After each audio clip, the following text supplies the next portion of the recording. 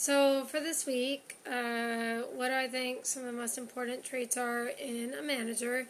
I mean, to be honest, I think that, just looking at this list of traits, that's listed in our book, I think really the key ones here that I definitely agree with, I mean, even without the list, but it just makes it easier to have it, is definitely intelligence. Knowing, having knowledge and expertise, I think that's important. Integrity and honesty and maturity.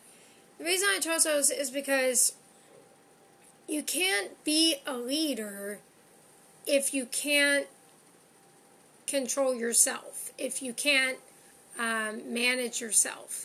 And all through our book, especially in this chapter, it talks about, emotional intelligence and how that's being able to control your moods and control how you react and hold on a minute, pause for a moment and really self-evaluate and self-awareness and reflection and things like that. And so you can't really have any of that, which, and they push that a lot, emotional intelligence. Okay, but encompassed in that is what? What does it actually mean to be emotionally intelligent? It means that you're a lot of these things. Now, self-confidence, that trumping over, now come on, that's a bit of a stretch. But being mature, rising above things, not reacting immediately how you feel in the heat of the moment, and even you have to manage people you don't even like. It talks all about getting along and everything else, but what about someone that you genuinely you don't like them? They don't sync with you. Well, obviously, you're going to have to learn how to effectively manage that person without bias, without, this shadow of treating them different or harassing them. How do you do that? How do you face those things? Well, you do it by being mature. You do it by being honest, holding yourself to a standard of integrity. Intelligence, obviously, because if you're intelligent, I mean, I can't speak for every person in the world, obviously, but a lot of intelligent people have common sense, and that's very foundational. That's very important before you ever consider leading someone else. And then knowledge and expertise. I mean, I know in our text it talked about how he was oh, well, it isn't so much that I have expertise in this. It's simply that I know people and I know how to hire the right people. And I think that's a really good point. That, yes, you can have knowledge and expertise in that field, or you can just simply have the knowledge of knowing, okay, let's get the best of the best in here.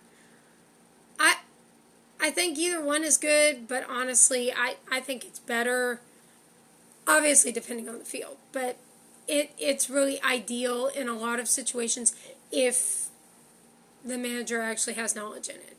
Let me give you an example. Something that bothers me is I have been managed by a lot of managers that they are weak in my eyes. They are very weak. And I show them respect, but I don't respect them. And the reason why is because they are so concerned with being liked. It's not even about losing their bonus. It's not about they're going to get a poor review from that employee. It's about they want to be liked. Or they were a part of the team, and then they were promoted into a supervisor, and they still want to maintain the personal relationship that they had with the employees while also collecting the paycheck of being a manager. You can't do that. You can't make excuses for your friends. If you can't handle being an authority over them and treating them as though you're not friends, then you have no business collecting that check. So that's a problem. Another thing I don't like is that weak managers are very immature.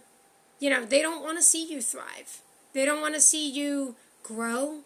They feel threatened by you. And that's why, although the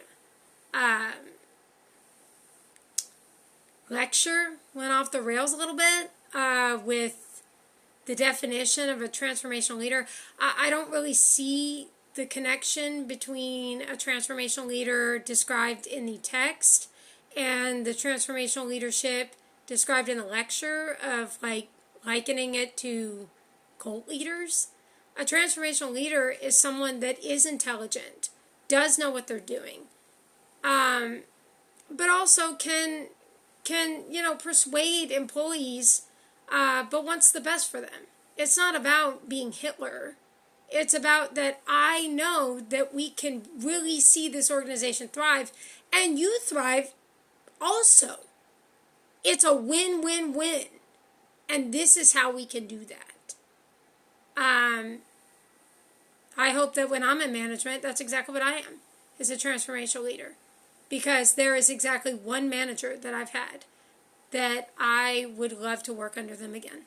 I mean, I'm in a different industry and things like that now. It's different. That won't happen. But someone like that.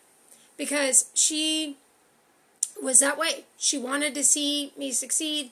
She had a lot of common sense. She let me kind of, I was self-motivated. She knew that.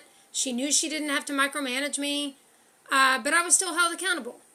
She didn't give me any, breaks on things, or if I was late, on a report or something, no, she didn't, hold my feet to the fire, but she also wasn't like, oh, that's totally fine, you're Stephanie.